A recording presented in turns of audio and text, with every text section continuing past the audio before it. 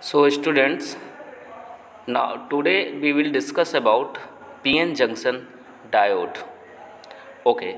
So far we have discussed about P-type semiconductors and N-type semiconductors. So let's revise them. In P-type semiconductor, as you can see here in the diagram shown below in the slide, on the left hand side you are shown a p-type conductor, and on the right hand side there is an n-type semiconductor. So in p-type of semiconductor, holes are the majority charge carrier, that means they are in the greater concentration in p-type, and the free electrons are minority charge carriers in p-type semiconductor. Whereas if we talk about the n-type semiconductor, free electrons are the majority charge carriers and the holes are the minority charge carrier in n-type semiconductor. So what basically we need to understand that कि we can't use p type and n type semiconductor separately. तो इनका जो use है ना वो separately नहीं किया जाता है इलेक्ट्रॉनिक डिवाइसेस बनाने के लिए या किसी भी इलेक्ट्रॉनिक पर्पज़ के लिए, क्योंकि ये इतना ज़्यादा यूज़फुल नहीं है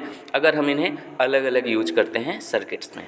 तो इसीलिए बट इनका जो जंक्शन होता है ना, अगर हम इनको मिला करके एक इनका अगर जंक्शन फॉर्म कर देना तो वो जंक्शन हमारे लिए बहुत ज़्यादा इंपॉर्टेंट हो जाता है और उसके बहुत सारे एप्लीकेशंस हैं जो आप आगे आने वाली स्लाइड्स में समझेंगे. तो इसीलिए हमें यहाँ पर क्या स्टडी करना है, पी एन जंक्शन, मतलब पी का और एन का एक जंक्शन है and that junction we have to study. तो यहाँ पे जैसा कि लिखा हुआ है कि जो पी एन जंक्शन है ना, ये आपका बेसिक बिल्डिंग ब्लॉक है सभी सेमीकंडक्टर डिवाइसेज का. तो यानी जितने भी सेमीकंडक्टर डिवाइसेज होंगे उनमें जो सबसे बेसिक लेवल पे, रूट लेवल पे अगर आप जाएंगे तो there will be P N junction. इसीलिए हमें किसी भी सेमीकंडक्टर डिवाइसेज की अगर स्टडी करनी है, जैसे कि डायोड्स हो गए, ट्रांजिस्टर्स हो गए, इन सब की स्टडी करनी है तो उसके लिए हमें पहले पीएन जंक्शन को जानना बहुत ज़्यादा ज़रूरी है. क्लियर? अच्छा, अब बात आती है कि how a PN junction is formed.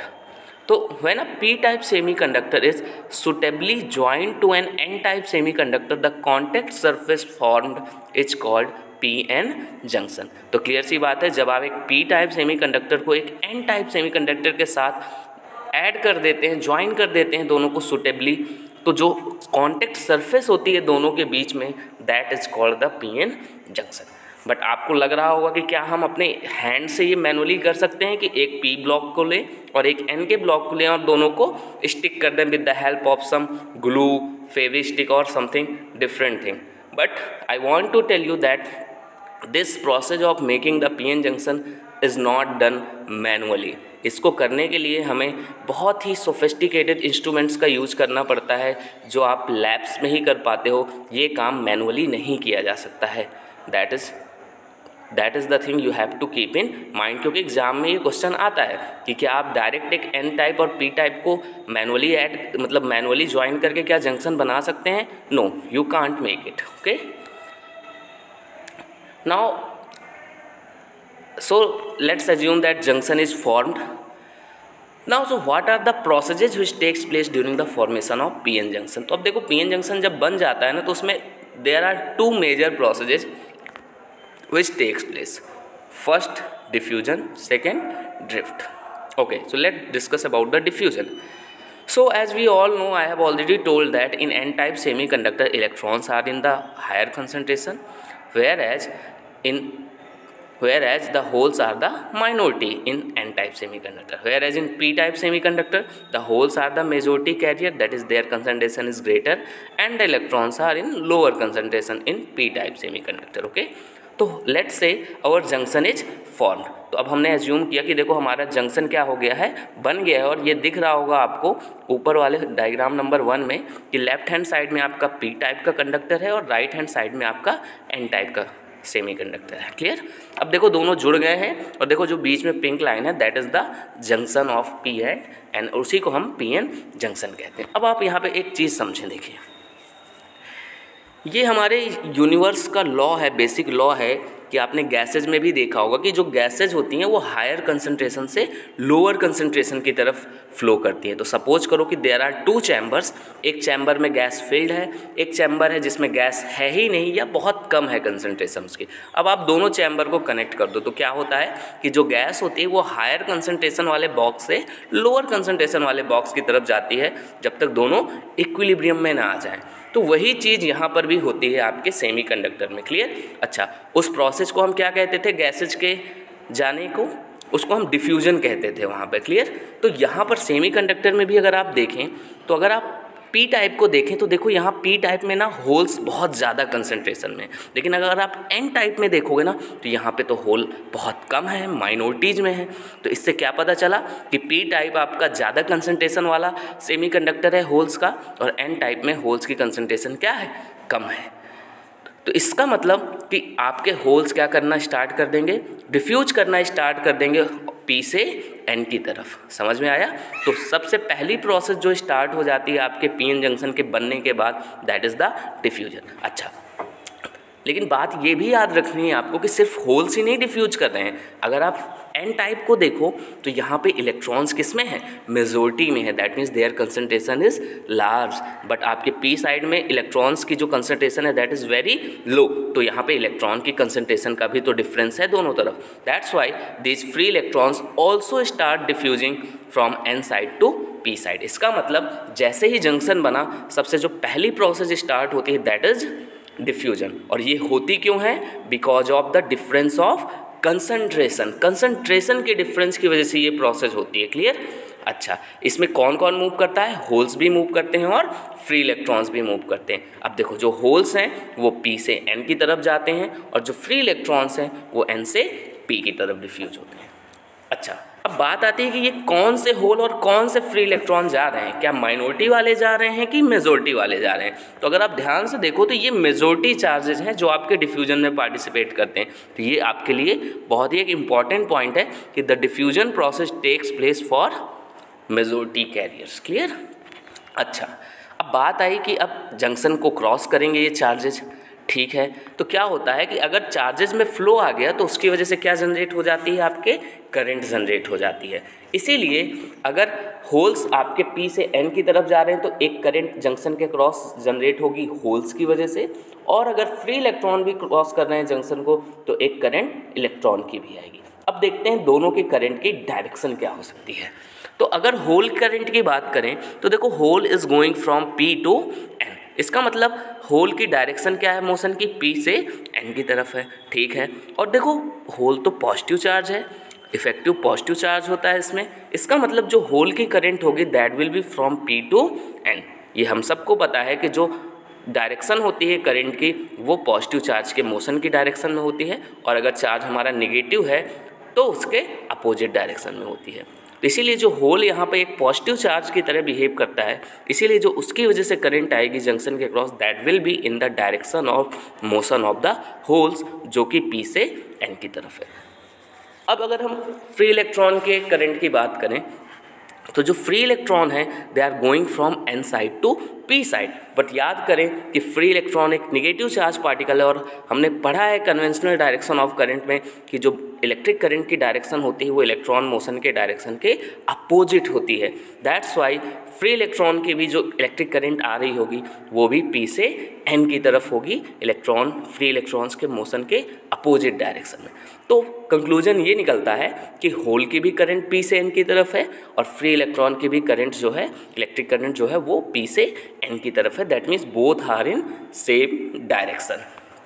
इसीलिए दोनों ऐड हो जाएंगे और एक नेट करंट इस्टेब्लिश्ड हो जाएगी जंक्शन के अक्रॉस, जिसको हम डिफ्यूजन करंट कहते हैं। तो समझ में आया कि जैसे ही डिफ्यूजन प्रोसेस स्टार्ट होगी, due to the diffusion of these majority charge carrier across the junction, a current is established across the junction which is called diffusion current, और उसकी डायरेक्शन क्या होगी? पी से एन की तरफ होगी। क्लियर? ये है पहली प्रोसेस जो आपकी स्टार्ट हो जाती है। तो यहाँ पे मैंने वो सारे पॉइंट्स मेंशन कर दिए हैं, तो you can go through these points. अच्छा, तो डिफ्यूजन प्रोसेस क्या है? मेजॉरिटी चार्ज कैरियर के मोशन की डायरेक्शन है, और क्यों होता है? कंसंट्रेशन डिफरेंस की वजह से होता है। इसके लिए हम एक टर्म और यूज करते हैं, कंसंट्रेशन ग्रेडियंट वर्ड यूज करते हैं। तो due to concentration gradient across P and N side diffusion takes place. तो ये बात रही डिफ्यूजन प्रोसेस की। अब बात आती है कि देखो, एक डिप्लीशन रीजन का फॉर्मेशन होता है ड्यूरिंग द डिफ्यूजन प्रोसेस। तो अब इसको समझते हैं कि डिप्लीशन रीजन क्या होता है। So when an electron diffuses from n side to p side, an ionized donor is left behind on the n side which is immobile. अब देखो हमने पढ़ा हुआ है पहले ही ऑलरेडी कि n टाइप सेमीकंडक्टर में देखो दो तरह के चार्जेस होते हैं। एक होते हैं फ्री इलेक्ट्रॉन्स जो मूव कर रहे होते हैं क्रिस्टल में, जो मेजॉरिटी में होते हैं, माइनॉरिटी में होल्स होते हैं। इनके अलावा आपके यहाँ पर डोनर एटम्स भी होते हैं जो कि पॉजिटिव चार्ज होते हैं। अगर आपको याद होगा तो एन टाइप सेमीकंडक्टर बनाने में हमने फास्फोरस यानी पेंटावैलेंट इम्प्योरिटी दी थी जो कि फास्फोरस था।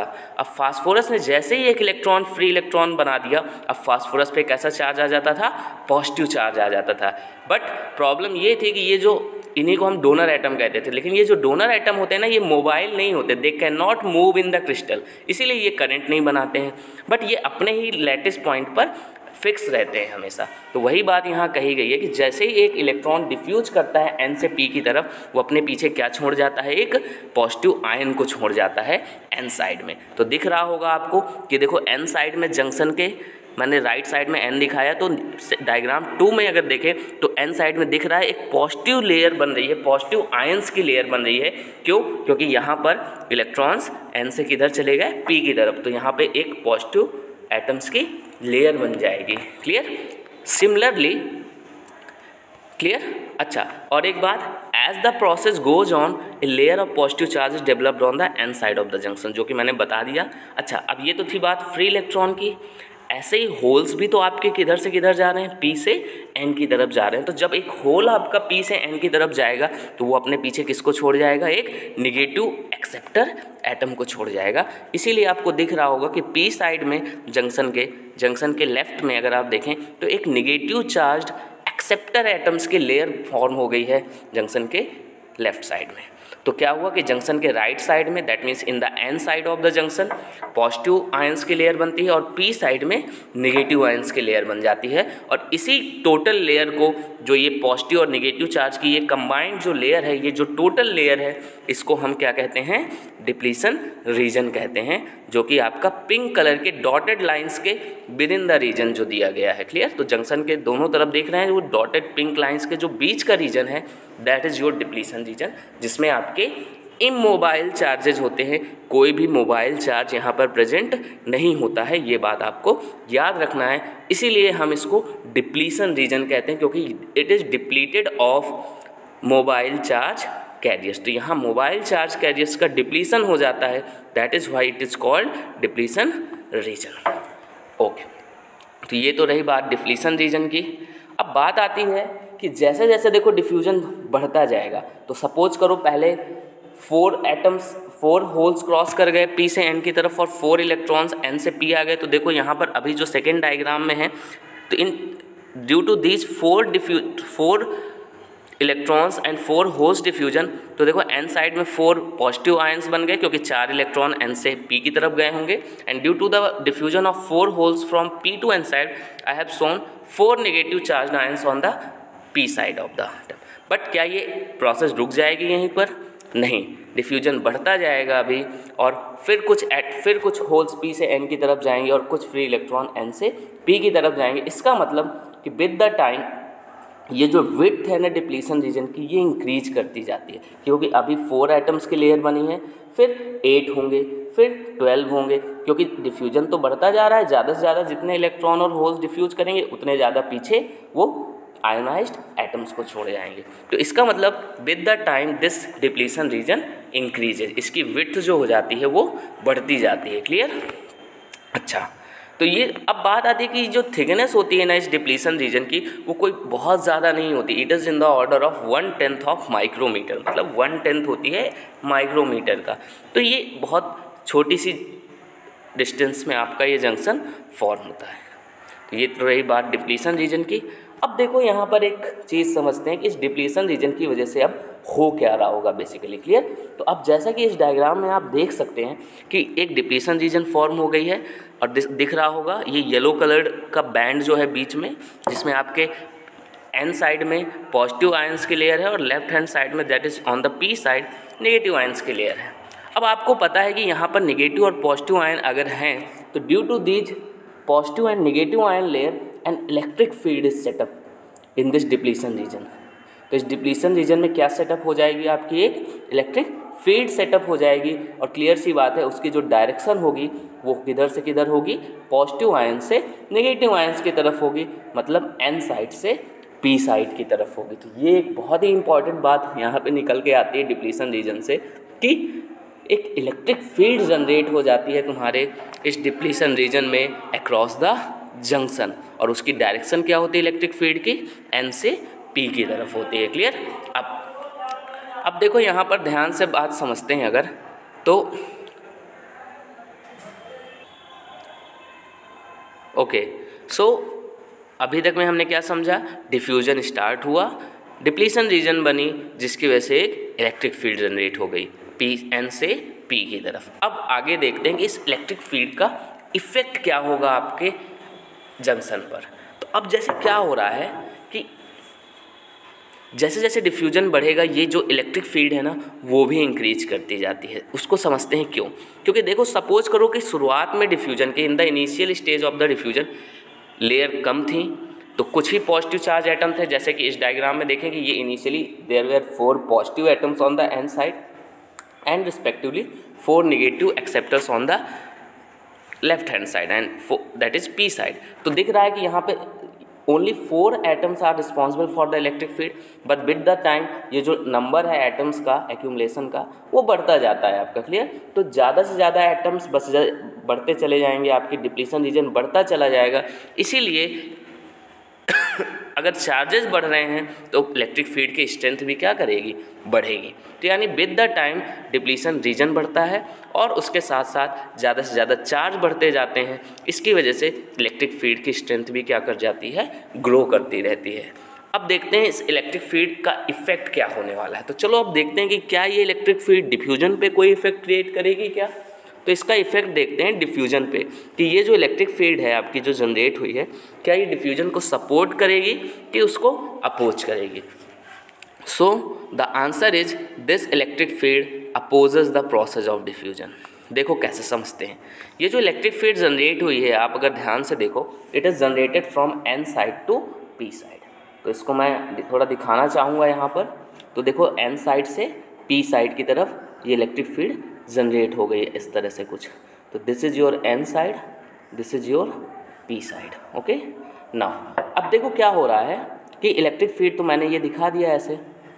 अब क्या हो रहा है बेसिकली यहाँ पर कि अब देखो क्या हो रहा था कि जो डिफ्यूजन में क्या हो रहा था कि जो होल्स थे वो पी से एन की तरफ जा रहे थे। दैट मीन्स लेट से अब ये आपका पी से एक होल है जो किधर जाने की कोशिश कर रहा है, एन की तरफ जाने की कोशिश कर रहा है। बट आपको दिख रहा होगा कि ये जो होल है it is going against the electric field.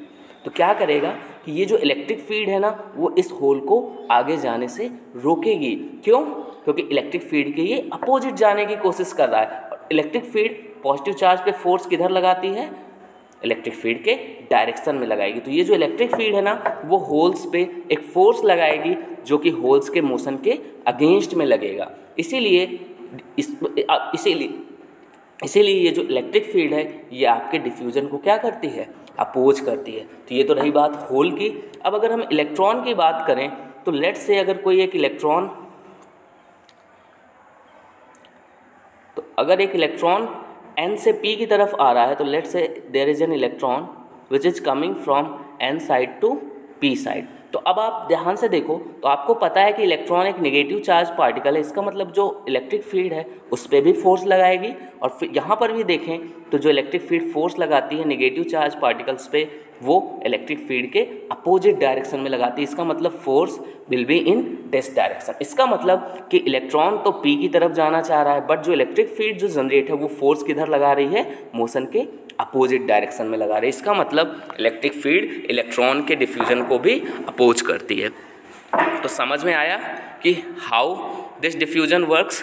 तो ये जो इलेक्ट्रिक फील्ड जनरेट हुई है ना ये आपके जो ये मेजॉरिटी कैरियर्स डिफ्यूज हो रहे थे जंक्शन के क्रॉस, उस डिफ्यूजन प्रोसेस को क्या करेगी, बेसिकली अपोज करेगी। इसीलिए सबसे ज़्यादा जो रेट होता है डिफ्यूजन का ना वो स्टार्टिंग में होता है और जैसे जैसे समय के साथ ये इलेक्ट्रिक फील्ड ग्रो करती रहती है उसके साथ जो डिफ्यूजन का रेट है वो क्या होता जाता है, कम होता जाता है। अब इस डिफ्यूजन के रेट को अगर समझना है तो ऐसा समझो कि पहले लेट से 100 होल्स क्रॉस कर रहे थे जंक्शन को, तो अब कुछ समय बाद जब इलेक्ट्रिक फील्ड ग्रो हो गई होगी तब कुछ 80 होल्स ही क्रॉस करेंगे, फिर 50, फिर 40, फिर 30, इस तरह से ये जो रेट होगा डिफ्यूजन का वो क्या होता जाएगा, डिक्रीज होता जाएगा because of the opposition of this electric field. तो ये एक बात हमने समझी कि ये जो इलेक्ट्रिक फील्ड जनरेट हो रही है ना डिप्लीशन रीजन के across, it is opposing the diffusion process. Clear? अच्छा, अभी तक के डिस्कशन में हमने डिफ्यूजन के सिर्फ मेजॉरिटी कैरियर्स की बात की थी जो कि डिफ्यूजन में पार्टिसिपेट कर रहे थे, और अभी तक हमने माइनॉरिटीज़ की तो बात की ही नहीं है। तो let's talk about the minorities also कि क्या माइनॉरिटीज़ का कोई रोल नहीं होता जंक्शन फॉर्मेशन के ड्यूरेशन में? So the answer is yes, they also play a crucial role during the formation of junction. तो अब हम देखते हैं कि माइनॉरिटीज़ का रोल कैसे यहाँ पर आ जाता है। सो द आंसर इज कि ये जो इलेक्ट्रिक फील्ड जनरेट हुई ना जंक्शन के क्रॉस, अब ये माइनॉरिटीज़ को हेल्प करेगी जंक्शन क्रॉस करने में। तो पहले माइनॉरिटीज जंक्शन को क्रॉस नहीं कर रहे थे डिफ्यूजन में, सिर्फ मेजॉरिटी कैरियर्स जंक्शन को क्रॉस कर रहे थे। बट अब इस इलेक्ट्रिक फील्ड की वजह से ना अब वो जो माइनॉरिटी कैरियर्स थे दोनों तरफ जंक्शन के, वो भी अब आपके जंक्शन को क्रॉस करने लगेंगे। And let's understand how that will take place. तो यहाँ पर जो अगली प्रोसेस हमारी आ जाती है पीएन जंक्शन फॉर्मेशन में, that is the drift process. तो क्या होता है कि जैसा कि मैंने आपको बताया कि एक इलेक्ट्रिक फील्ड जनरेट हो चुकी है अब क्लियर जंक्शन के अक्रॉस में डिफ्यूजन के बाद।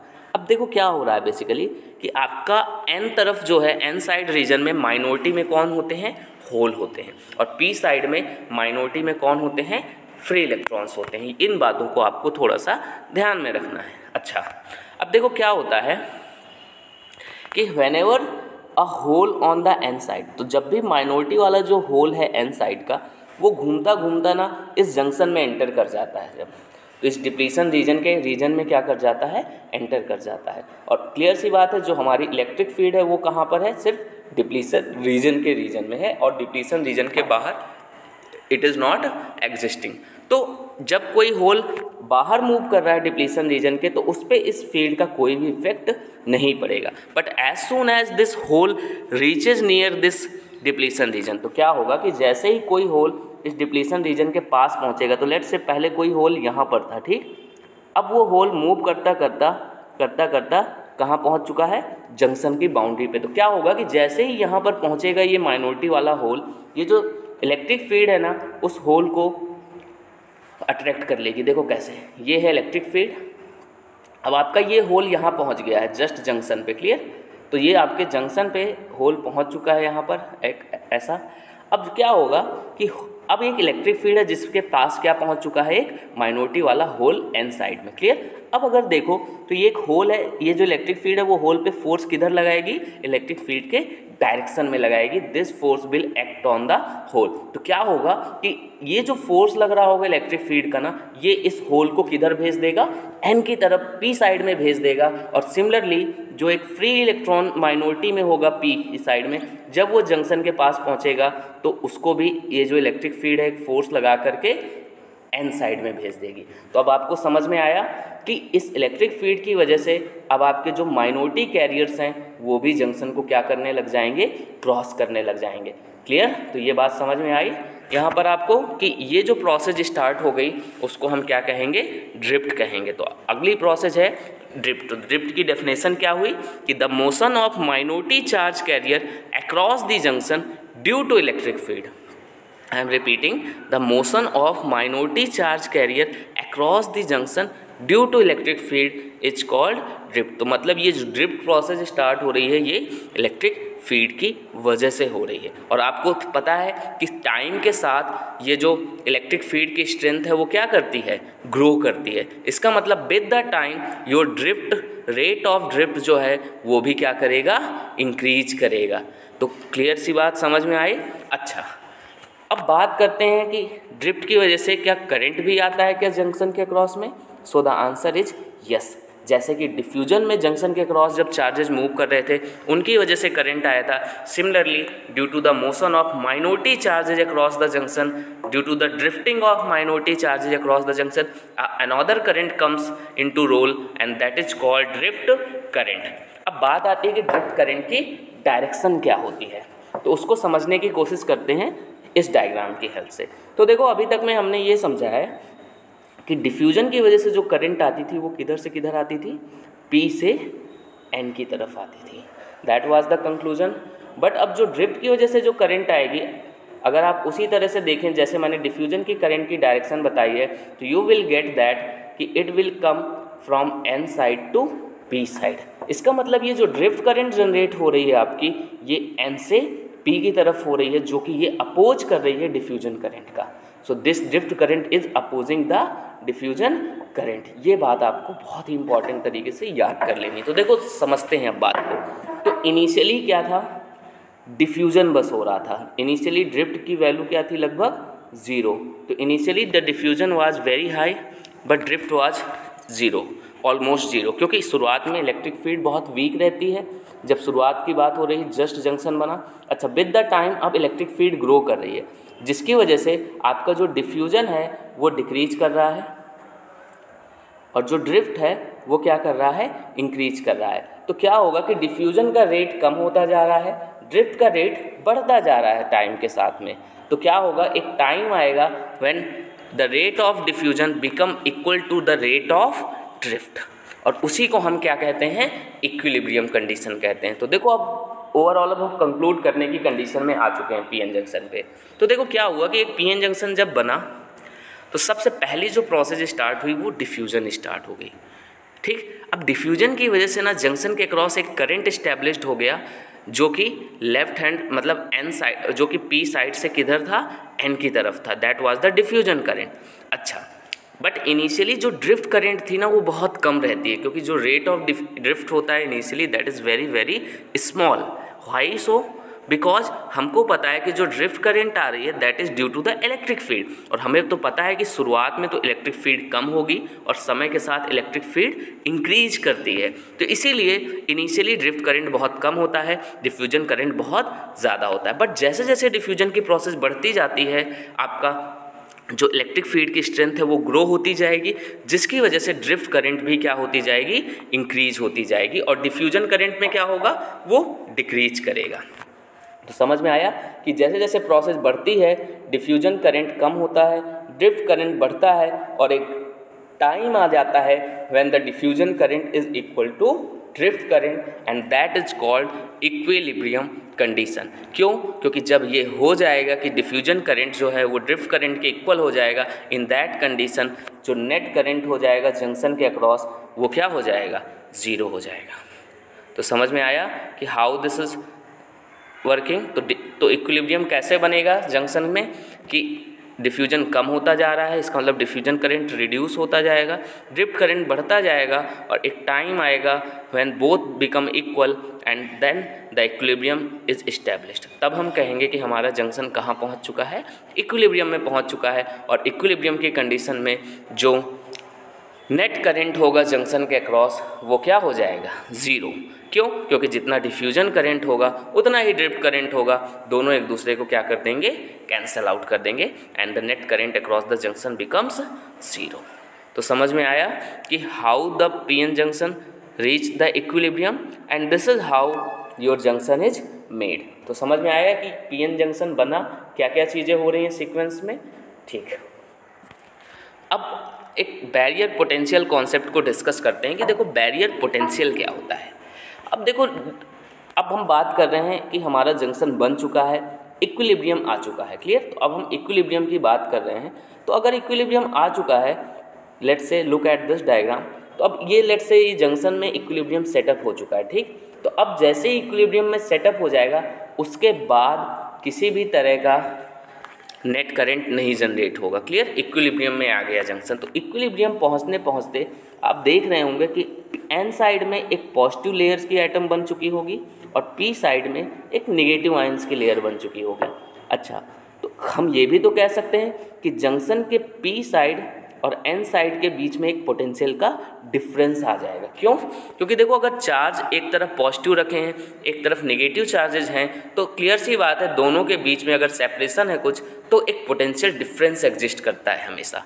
और आप अगर ध्यान से देखें तो मैंने बताया है कि इलेक्ट्रिक फील्ड की डायरेक्शन में पोटेंशियल क्या करता है, डिक्रीज करता है। इसका मतलब आपकी जो एन साइड है, जो कि पॉजिटिव साइड है, वो हायर पोटेंशियल पे होगी, और जो आपकी पी साइड है that is at the lower potential. क्यों? क्योंकि देखो इलेक्ट्रिक फील्ड की डायरेक्शन कहाँ से कहाँ तरफ है, एन से पी की तरफ है। इसका मतलब पी की तरफ अगर आप बढ़ रहे हैं तो पोटेंशियल डिक्रीज हो रहा है। इसका मतलब P N side higher potential पे रहती है, पी साइड क्या रहती है आपकी, लोअर पोटेंशियल पे रहती है। इसी बात को मैंने देखो नीचे दिखाया है कि मैंने एन साइड को पॉजिटिव पोलैरिटी से शो किया है और पी साइड को नेगेटिव पोलैरिटी से शो किया, और जो पोटेंशियल डिफरेंस होगा ना इन दोनों, इन पॉजिटिव और नेगेटिव लेयर्स के बीच का डिप्लीशन रीजन में, इसी को मैंने वी नॉट से रिप्रेजेंट किया है। बॉटम में आप देख सकते हैं, क्लियर। तो ये जो वी नॉट है यहाँ पर, दिस वन, तो ये हमारा बैरियर पोटेंशियल कहलाता है। So this is your barrier potential. तो समझ में आया कि एक ये पोटेंशियल जनरेट हो जाता है जंक्शन के अक्रॉस में आपका इक्विलिब्रियम कंडीशन पर, which is called barrier potential. तो समझ में आया पोटेंशियल कैसे आया कि N side positive polarity develop की है, पी साइड में नेगेटिव पोलैरिटी डेवलप है, तो इन चार्जेस के सेपरेशन की वजह से ना एक पोटेंशियल डिफरेंस जनरेट हो जाता है जंक्शन के अक्रॉस में, और उसी पोटेंशियल डिफरेंस को हम क्या कहते हैं, बैरियर पोटेंशियल कहते हैं। क्लियर। अब बात आती है कि ये बैरियर क्यों है, why it is called barrier potential. Potential तो समझ में आ गया कि एक पोटेंशियल जनरेट हो रहा है, but why it is called barrier potential. तो आपको ये समझ में आना चाहिए कि ये जो आपका आपको ऑलरेडी पता है कि ये जो पोटेंशियल जनरेट हो रहा है जंक्शन के क्रॉस में, ये आपके मेजॉरिटी कैरियर के मोशन को क्या करता था, अपोज करता था। ये जो इलेक्ट्रिक फील्ड आती थी वो आपके मेजॉरिटी कैरियर के मोशन को क्या करती थी, अपोज करती थी। इसीलिए कहा जाता है कि it acts as a barrier for the motion of electrons and holes across the junction. और उसमें भी किन इलेक्ट्रॉन और होल्स के लिए ये बैरियर की तरह एक्ट करता है, मेजॉरिटी वाले कैरियर्स के लिए एक्ट करता है। तो ये जो पोटेंशियल जनरेट हुआ ना, ये बैरियर की तरह एक्ट कर रहा है for the movement of electrons across the junction. Clear. इसीलिए हम इसको बैरियर पोटेंशियल कहते हैं। अब कुछ डेटा की बात करते हैं। तो जो सेमीकंडक्टर होते हैं उनके लिए ये जो बैरियर पोटेंशियल की वैल्यू होती है वो 0.3 वोल्ट होती है at 25 degree centigrade, and for the silicon semiconductor the value of V naught that is the barrier potential is 0.7 volts. Clear. So this is all about the PN junction.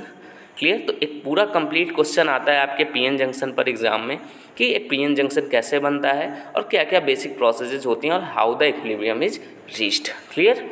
तो ये आपको complete points wise आपको चीज़ों को वहाँ पे mention करना पड़ेगा related to PN junction. Clear. तो ये थी आज की क्लास।